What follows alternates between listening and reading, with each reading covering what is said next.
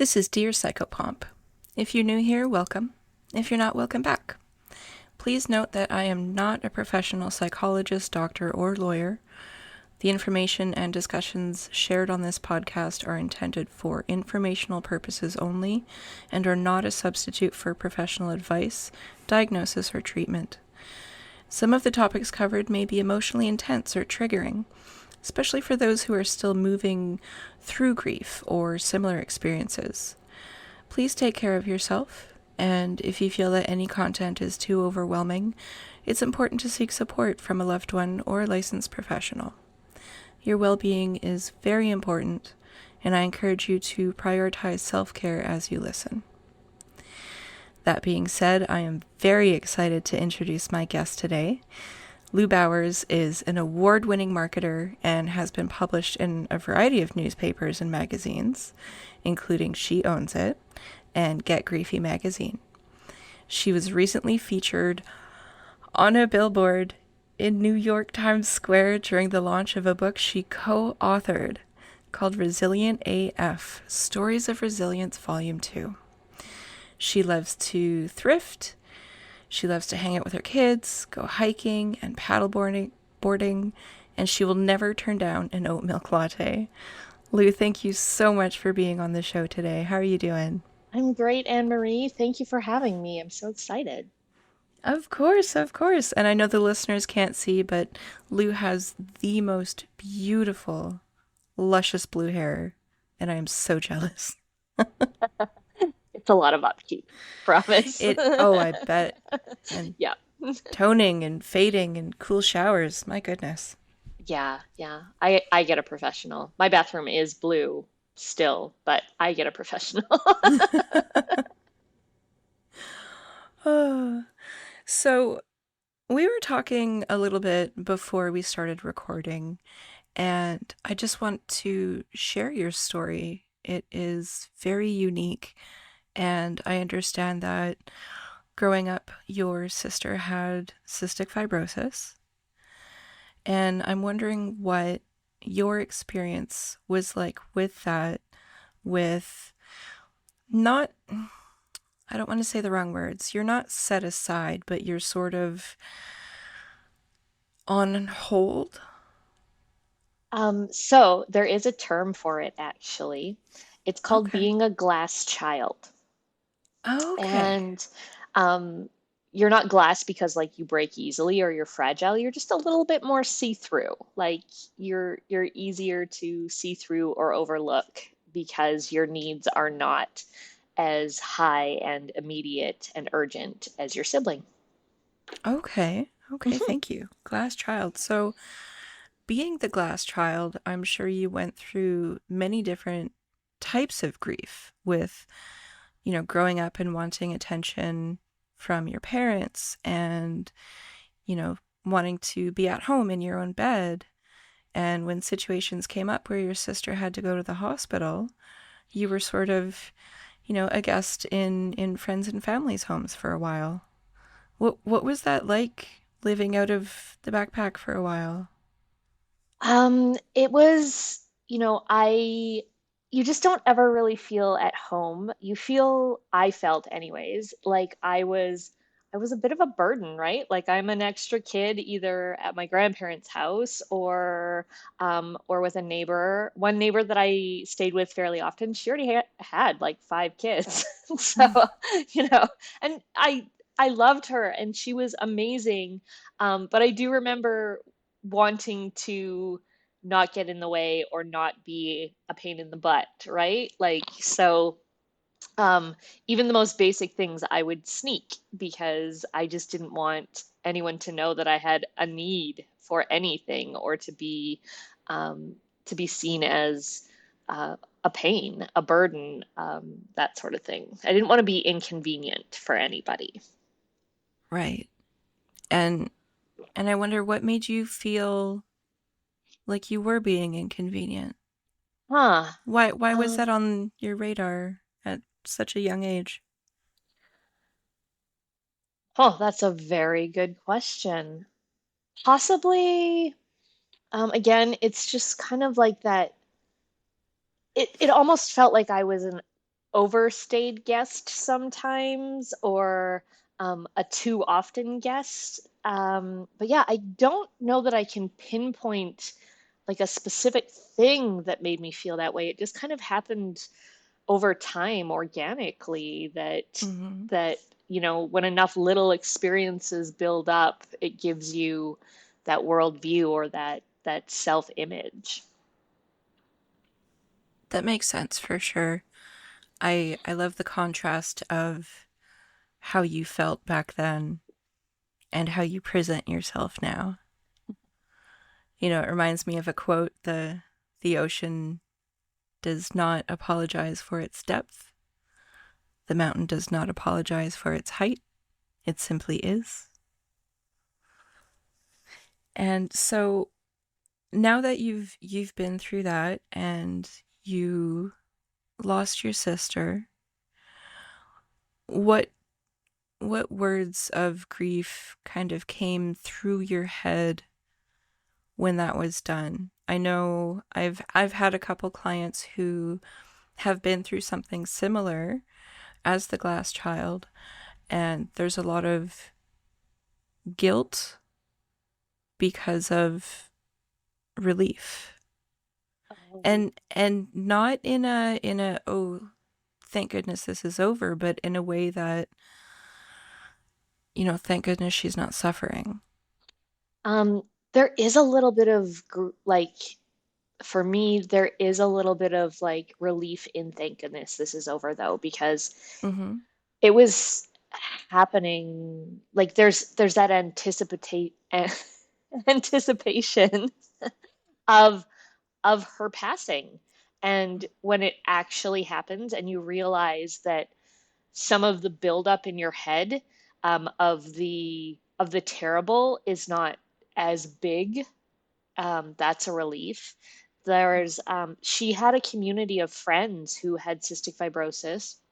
Um, and a little bit of backstory. What happened is a superbug went through the ward and took out a bunch of her friends really Oh. close together at the same time.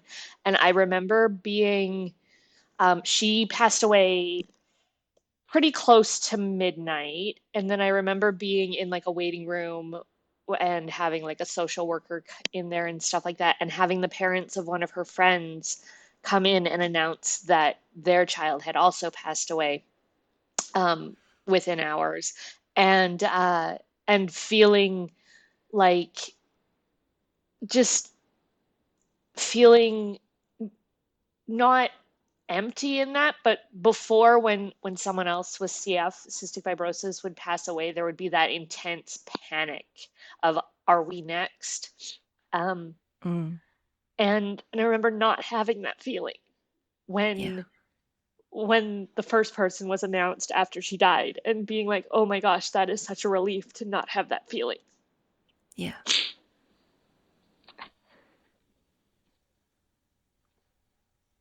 What was her name? Julie. Julie. What can you tell us about Julie?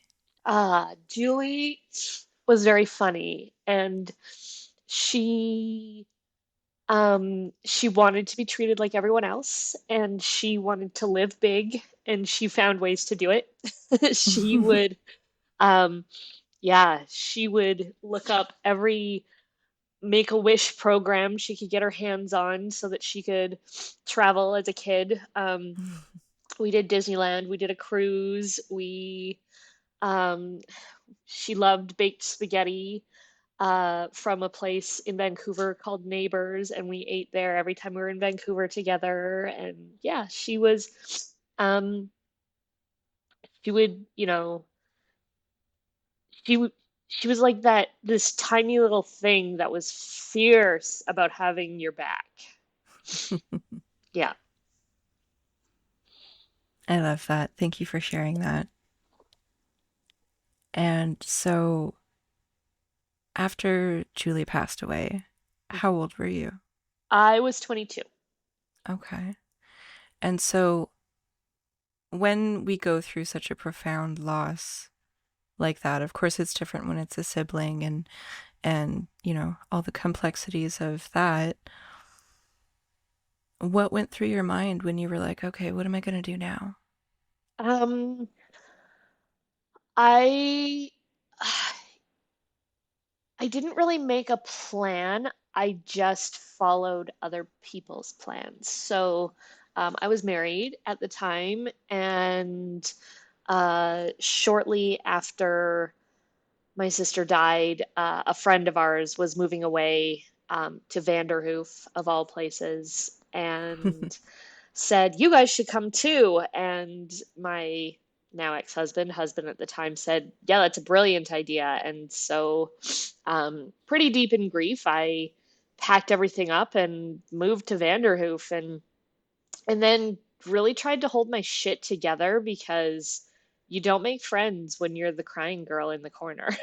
Like, and so I'm a very, I know I need community. I know I need people around me. I need my circle. And so I had to figure out how to rebuild a circle. And in that, I stuffed my grief. I stuffed it big time. I don't even think, yeah, I to the point where at one point I had to like reteach myself how to cry because it just I just stuffed it down so far in order to make friends and have Hmm. people who would love me. Have that belonging and acceptance, Yeah, yeah. which is really hard to do when you're living rural Yeah. and tending to goats. At that point, we still lived in town in Vanderhoof. Um, Goats came a couple of years later. Okay. We'd moved to a farm in the middle of BF nowhere. Mm-hmm. And yeah, yeah, I was pregnant with baby number three at that time, and it was not fun. So uh, I'm wondering, mhm.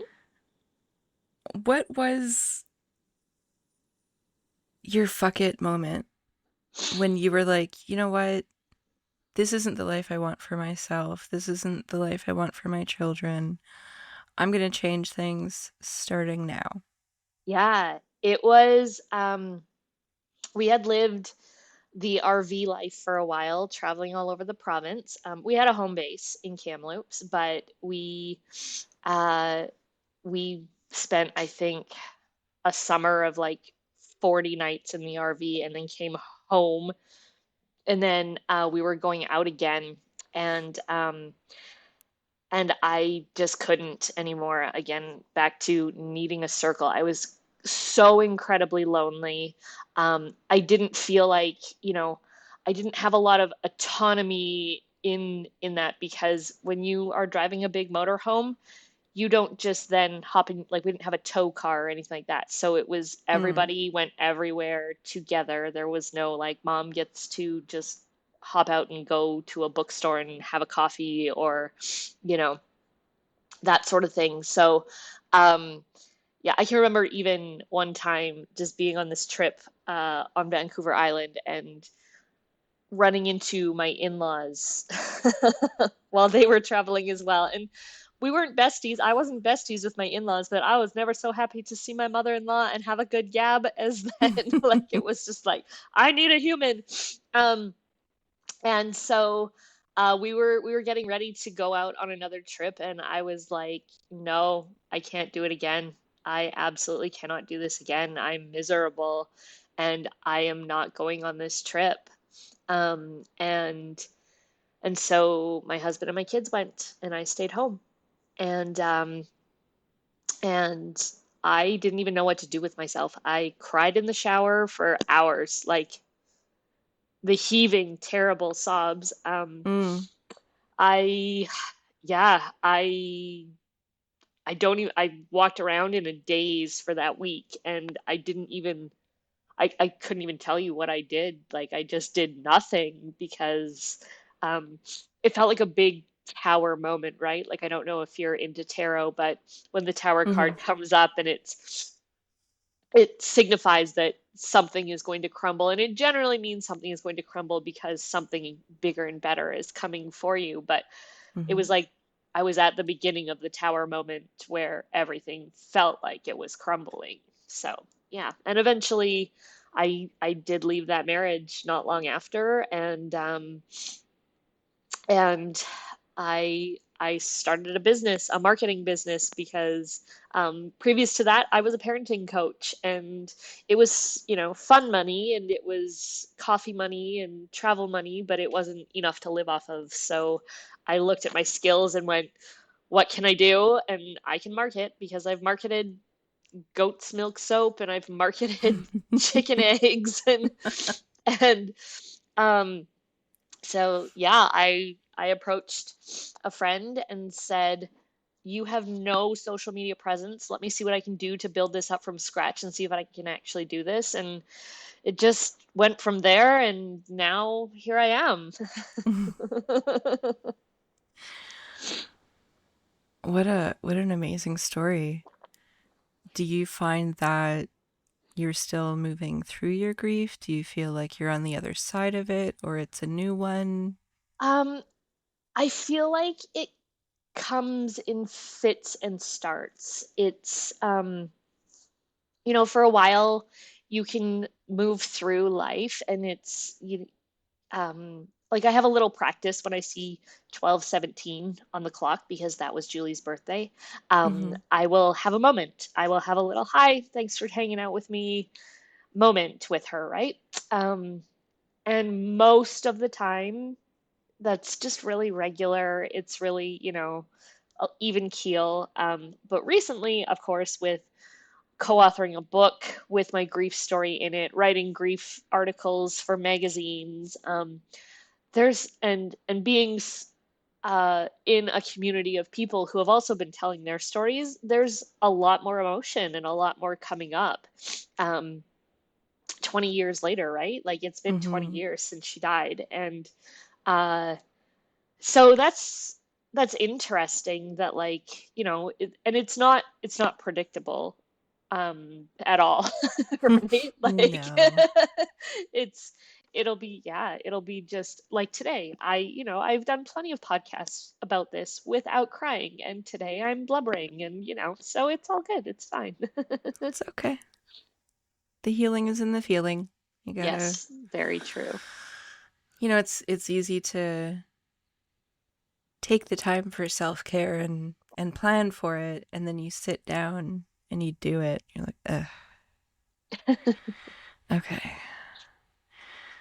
But I think one of the most important parts of grieving is having that community. We're social creatures, and the biggest part of what I do as a death doula really is validating and letting people know that they're not alone, Yeah. because grief is so isolating, and especially for, you know, teenagers, younger kids, they think they have to be strong for mom or dad, or they don't know what questions to ask. They see all the adults dealing with their emotions, and they're like, okay, well, what do I do with mine? Yeah. And that's difficult. Did you have any, like, did you do any journaling? Did you go to any groups? There's not, I've found anyways, maybe you have resources, but I found there's not a lot of like sibling support. Mm-hmm. Um, so much so, in fact, that recently at a networking event, came across someone else whose sister had passed away, and we were like, "Oh, we're new besties, right? Like, Yeah. how's your dark sense of humor?" Like, um, so I did in the beginning. I went to like compassionate friends with my mom, Mm-hmm. but I didn't really fit, right? Like it wasn't a good fit. So yeah, I think it's just been kind of finding a collection of griefy friends to be Yeah, around who get it. absolutely. It's it's so important to be able to have someone to reach out. And there was that Simon Sinek conversation where he said it takes 8 minutes of your time to show someone that you're there for them, and to be able to surround yourself with people who have 8 minutes for you. Yeah, yeah. And And I actually have one friend in particular where we have the 8-minute agreement, right? Like, yeah, yeah, that's and you beautiful. just I know, right? I have the most amazing people in my life, actually. It's really fantastic. I don't know how they arrived, but they did, and I'm very grateful for them. So, looking back from where you are now, you said that you never really felt at home, or you had a home or roots. So, what is your definition of home now? Oh, um, I think I've learned, and this has just been in the past few years, to like find home with myself. So for the first time ever, I went away solo. Well, I took my dog, but that doesn't count because he has, no talk back there. But but I went away solo. I went to Ainsworth. I painted and spent time in the hot springs, and I sat in a cemetery because cemeteries are totally my jam. I love to be in a cemetery. Um, Mm-hmm. and just, really was with myself. Like I didn't know anybody there. I talked to a few people, but like it was really with myself. And I'd actually planned to do that this year, but I was in New York instead. So there was a lot of people there. But just really coming home to like belonging to myself.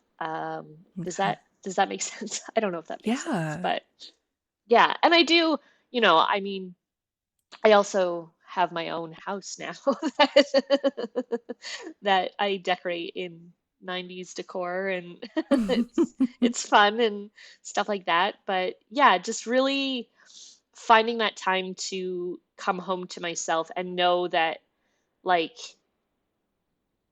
there's there's no judgment for me from me. Mm. And how did you get to that point? Mm. Um, a lot of therapy. I Everybody I should have therapy. oh yeah, absolutely. I practiced, somatics. I have um I like it's it's really nurturing those things that you want, right? Like I want to be able to have big feelings, move through them, and show myself compassion in that. And so it took a lot of practice. Like it's not something you just wake up one morning and it's done. Like it's a practice that you nurture and you carry on with, and um, taking that time to really, I meditate most mornings, and sometimes it's like juicy and tingly and great, and you just feel like fabulous afterwards. And other times, like, man, that wasn't amazing at all. But you don't then go into the next day being like, I'm never doing that again because it was meh yesterday. You just understand that um, that not every day is going to be glorious, but it gets you another notch in the right direction of where you want to be and carrying on. Right. Mhm. Yeah. Yeah, I have to remind myself often that, like, not every day needs to be profound and earth-shattering. And, with all the downloads from the cosmos, some days I do the dishes and have a boring day, and that's And okay. I had to learn that as well because, when you have a sibling who is dying, you want to make all the big memories and all that good stuff. And then I had my own kids and I was like, "Oh my God, I need to be like." There's a blog. Oh, it came up. There's a blog post that came up in Facebook Memories today where I made green supper and decorated my house for St. Patrick's Day, and my kids were literally, I don't know, one in three or something, right? Like they don't remember this stuff. And I was like, but we need to make memories and make everything amazing and magical childhood. And now I'm like, if we all get a blanket and snuggle on the bed in a heap, we're good. Yep, absolutely. You can have some of the best memories are just from some of the most normal, I don't want to say boring or mundane, but just the day to day, the little things. Yeah, yeah, for sure, for sure. Yeah. So, how has what you've gone through translated into how you manage your marketing business? Because I'm sure, I mean, I've worked with you personally as a business owner, and I think, at least for my part, you are like a marketing therapist guru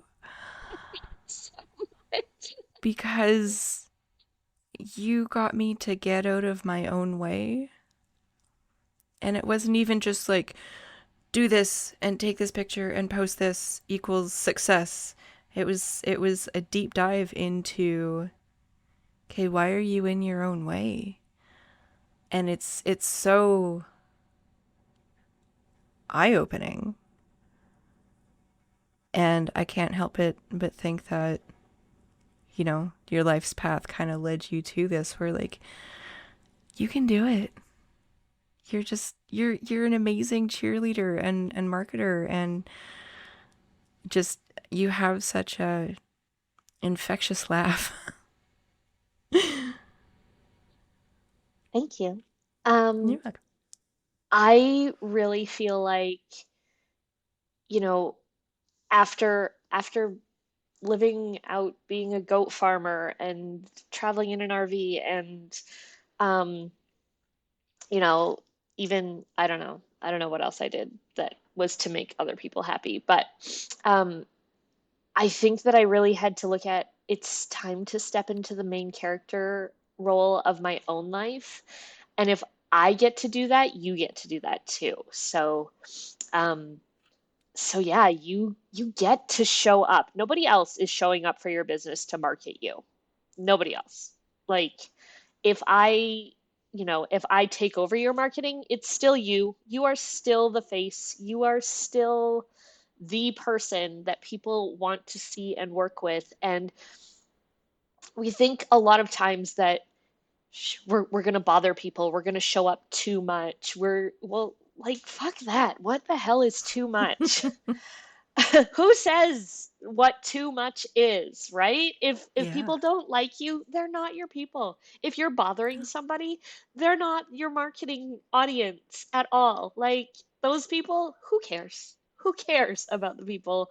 Who cares about the haters and the trolls? Because I don't know, they're probably drinking their fifth Diet Coke of the day, munching potato chips on their couch while you're out there making your dreams come true and helping other people. So, yeah. Hmm. Yeah, I love that you're kind of like, water's warm. Come on in. Oh, Let's yeah. do this. Let's Yeah. show up. Yeah. So having having the past that you do you have any advice for anyone listening who might be going through something similar with their sibling or loved one? Um, you know what? Like, what would Just, you tell younger you? yeah. Um, ask. Ask for what you need. The worst that can happen is someone will say no.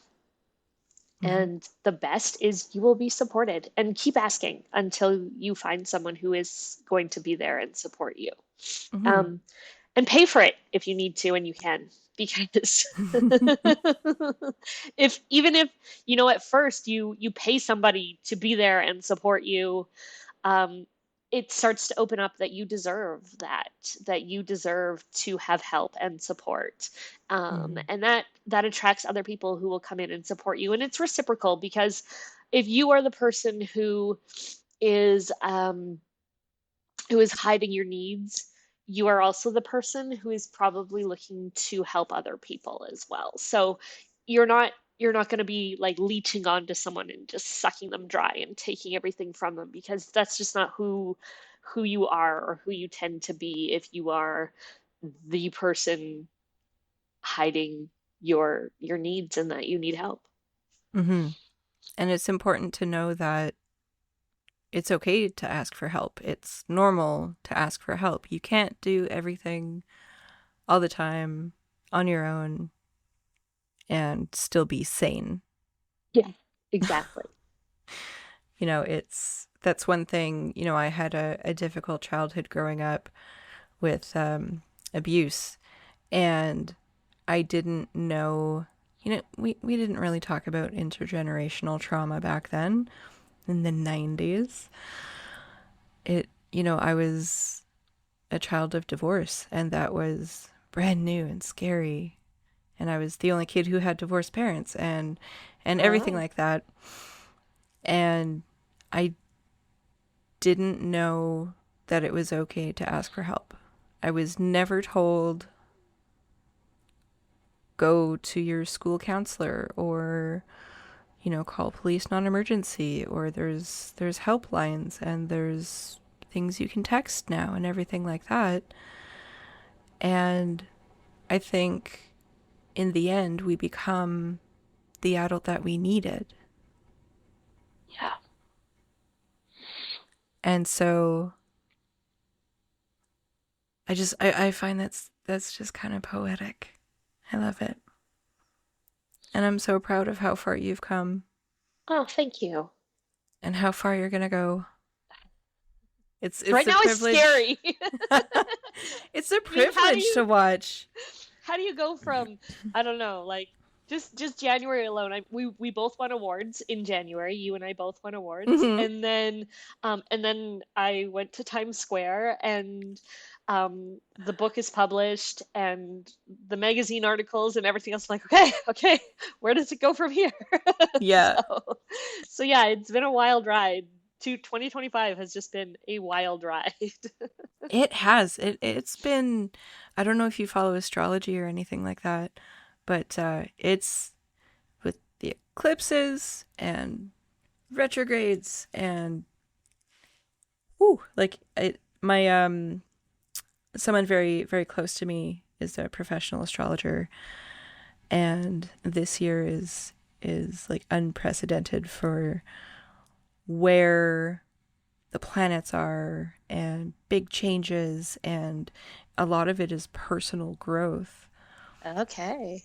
And January for me, I mean, it went by like a snail, but it's just all these downloads of self-growth, and then you're like, what do I do with all this? So, what I do to kind of manage my sanity, I like to be creative and I like to write. And it's kind of a way to express and get things out. So when you need to sit with your feelings and kind of go through the motions and discover them, what do you like to do?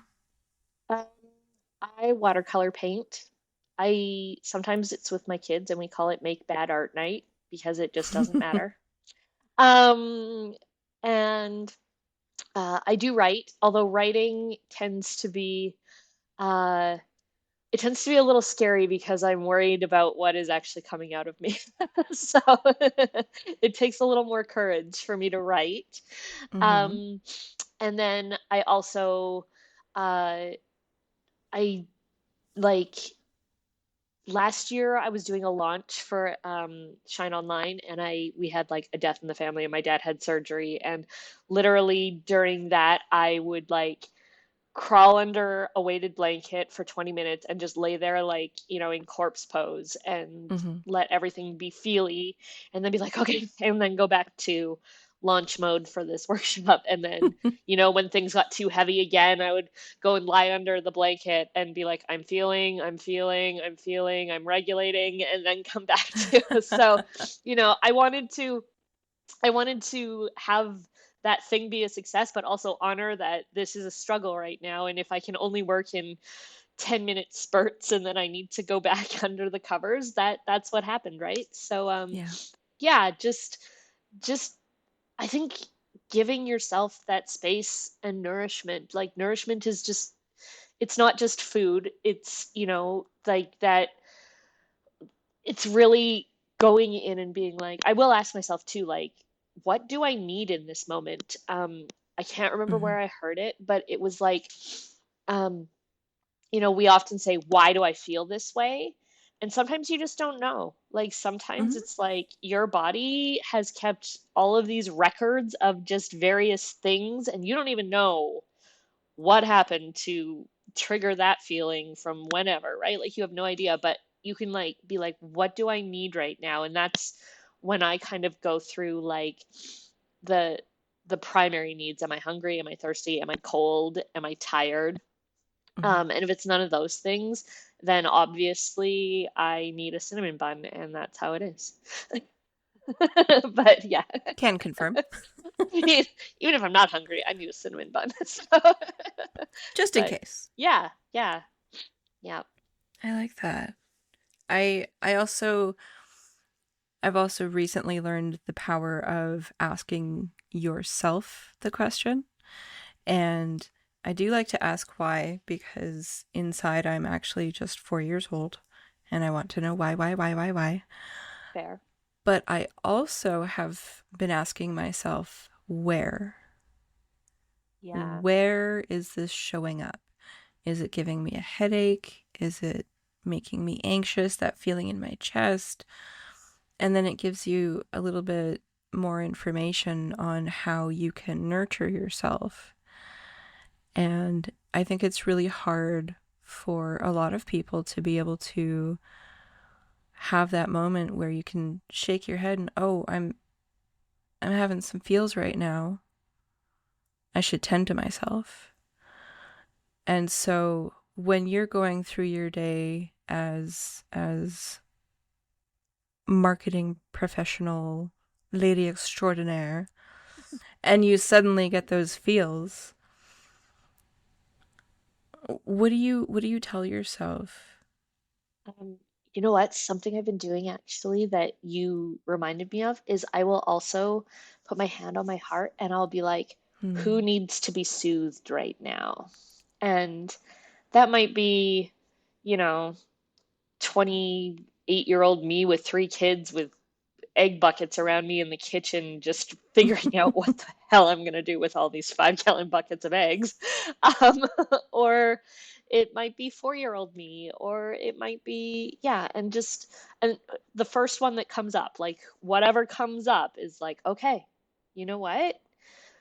We are fine. We are safe. And like, just Hmm. really, you know, letting past me know that we are fine and we are safe and it is okay right now. Hmm. And it's so important to be able to speak with previous versions of yourself Yeah, yeah, because, when I was a child, I would worry about, you know, is the power going to be on? Am I going to be warm tonight? Am I going to have dinner tonight? And there's still times where, I'm almost 40 now. There's still times where I'll go to bed and my stomach will rumble a bit.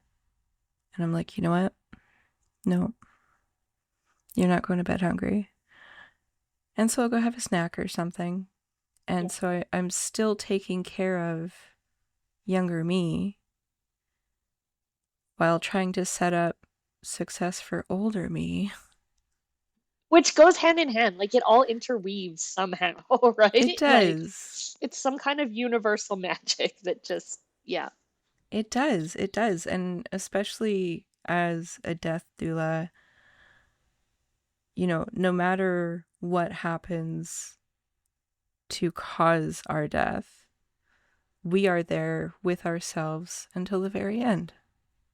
yeah, And I want to make sure that I enjoy the company and that I know I'm safe within myself and that I had those good memories and those good experiences and met all these amazing people. And I think being able to have that point of view makes you live a little bit louder because you're like, I'm going to die well, no matter what. Now I'm going to live well. Yeah.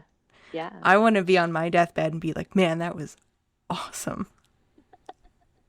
There's a quote that's something like, um, everybody dies, but not everybody lives. Yeah, I was doing a presentation in Kamloops and I was like, you know what? I've died 100 times. Dying's easy. The death of self, the grief, the I've had to get back up 101 times, but you only get to live once. Yeah. And not the whole like YOLO thing, but YOLO. Also yo-yo. But YOLO. also YOLO. Yeah. Safely. Sure. Yes. Yeah, yeah. Yeah. And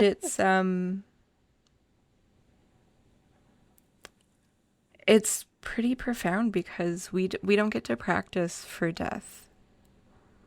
And I think that's why a lot of people are Ooh. scared. And Oh, yeah. but if you think about it, we've all died a few times, Yeah. you know? And to the listeners out there, your body knows what to do. It's not scared. Nothing like that. I think, and of course, I have never actually physically died, but Mhm.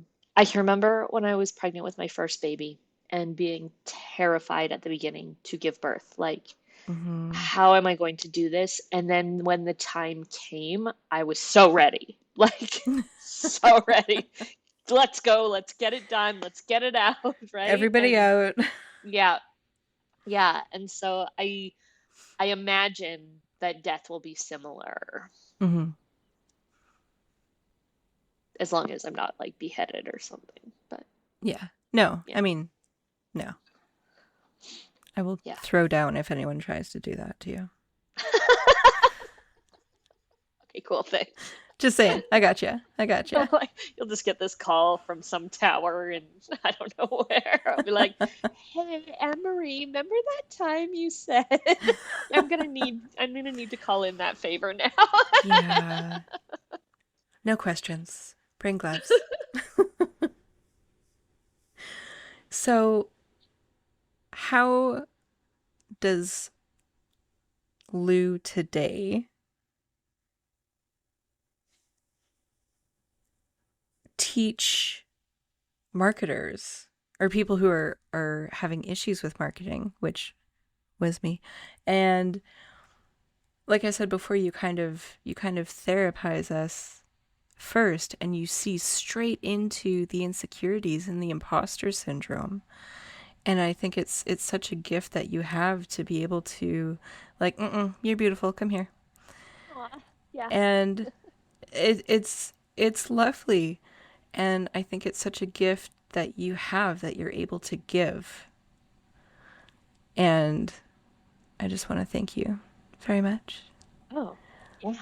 Thank Yeah. you. It makes my Ah, heart so happy that that's how you felt about working together right in the because feels. Yeah. yeah, yeah, that's how I want people to feel. Like business, people separate personal and business, and um, in some ways, it is a separate thing, but in other ways, like especially as a small business owner, your business is something you have poured into, right? Like Mm-hmm. it's not just a job. It is a big deal. It is your creativity that is poured into it, your energy, and your desire to help other people. And so, when you're playing small in that, like, no, that's not okay. The people around you deserve to know that you are there and that you are a resource for them. And you can't help people unless you are telling them you can help them because they just Mm-hmm. don't know, right? Um, Absolutely.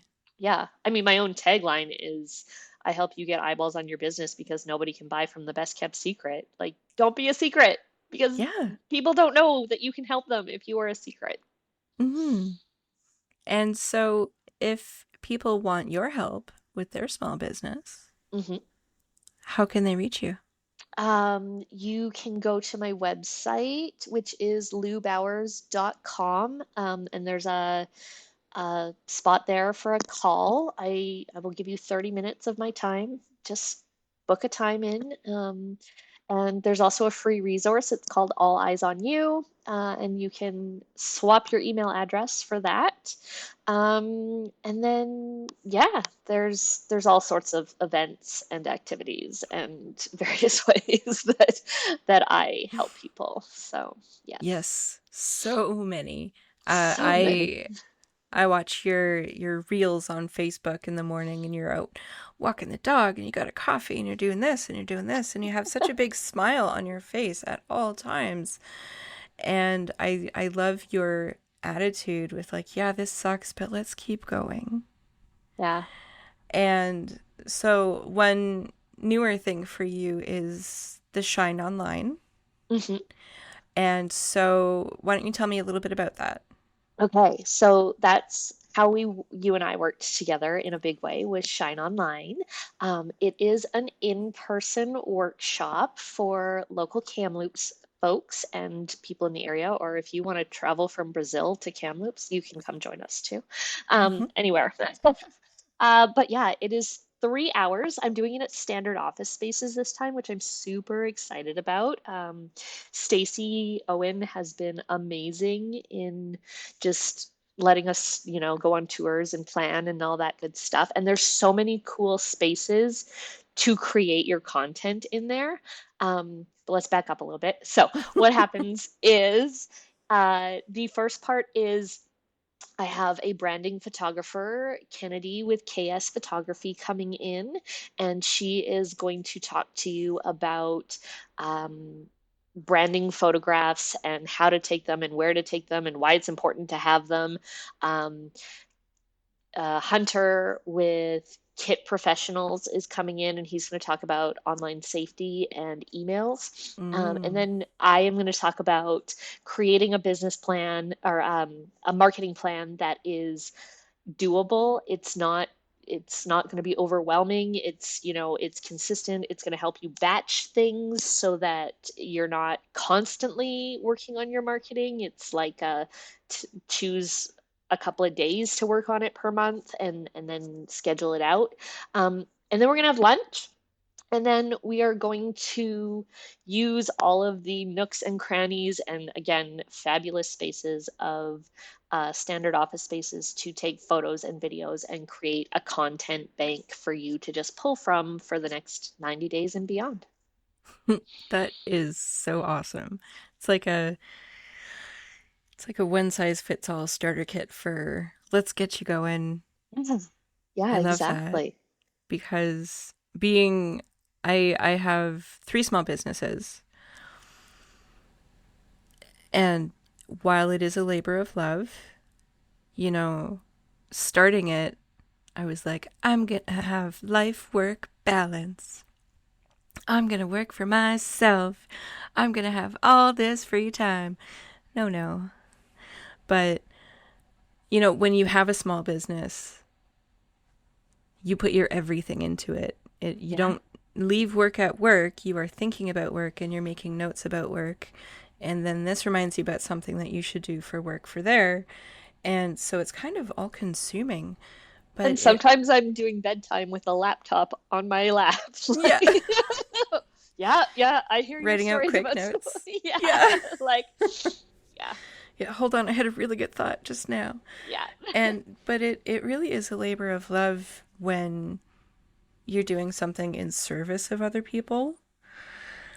And you know how they say if you do something you love, you won't work a day in your life.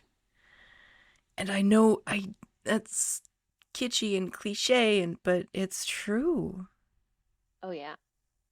It's true. I love being in my office. I love talking with clients. I love having podcasts and getting to know people on a much deeper level. It's just, it fills my cup. And it doesn't mean you're not going to be tired at times or not want to work. Like Oh, it doesn't mean that at all.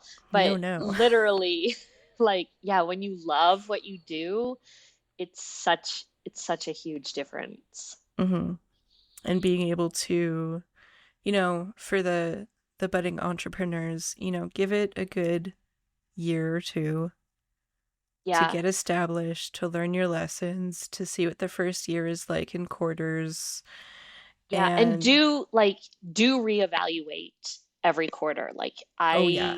I tell people who sign on with me, like don't think I'm going to have you being, shiny spotlight in a week. Like this is we measure everything in 90 days. So, hmm yeah.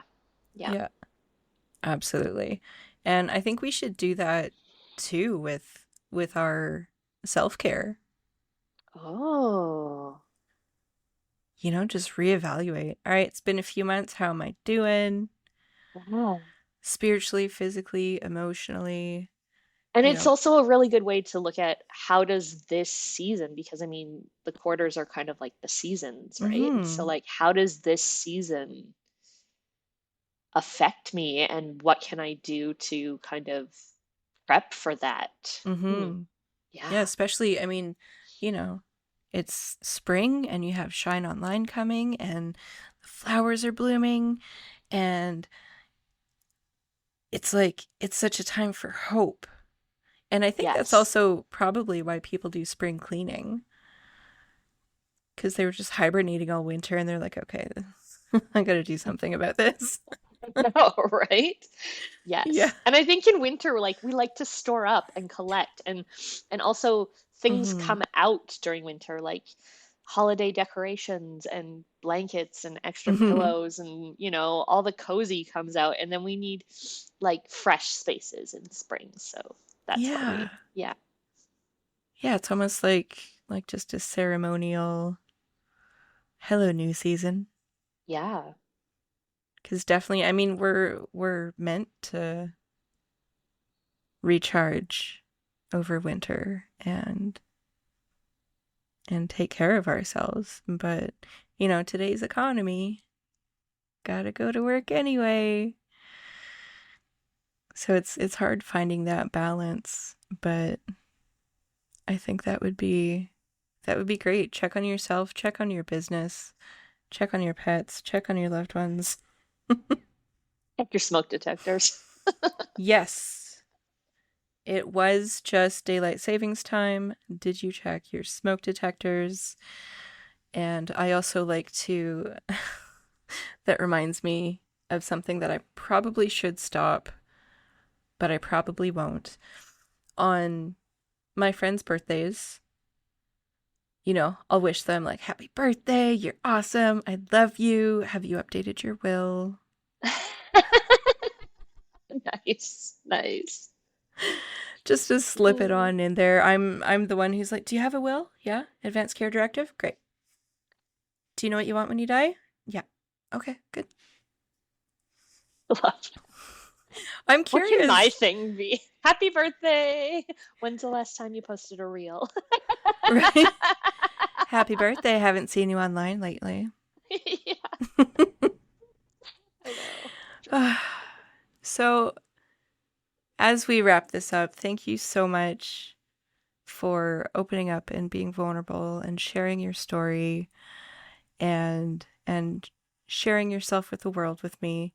Um, I do have a new question that I'm going to be asking all guests at the end of the interview. What is your favorite planet and why? Um, Venus, because it is the love planet. Mm, Hmm. solid answer. And I'm a Taurus, so, Okay, yeah. yeah, yeah. I'm Pisces. Oh, some of my favorite people are Pisces. So, yeah, Yeah, Pisces. I mean, we go with the flow. It's the fish. yeah, yeah. I love that. All right. Well, thank you so much for being a part of this. Thank you to the listeners for listening to this awesome conversation. Go find Lou online. I will have her information in the show notes. And remember that the healing is in the feeling. Thanks again for tuning in. This has been a wonderful episode of Dear Psychopomp. If you'd like to find more episodes or support the podcast, you can share, like, subscribe, and find me online at www.DearPsychopomp.com. And you can email me at contact@DearPsychopomp.com.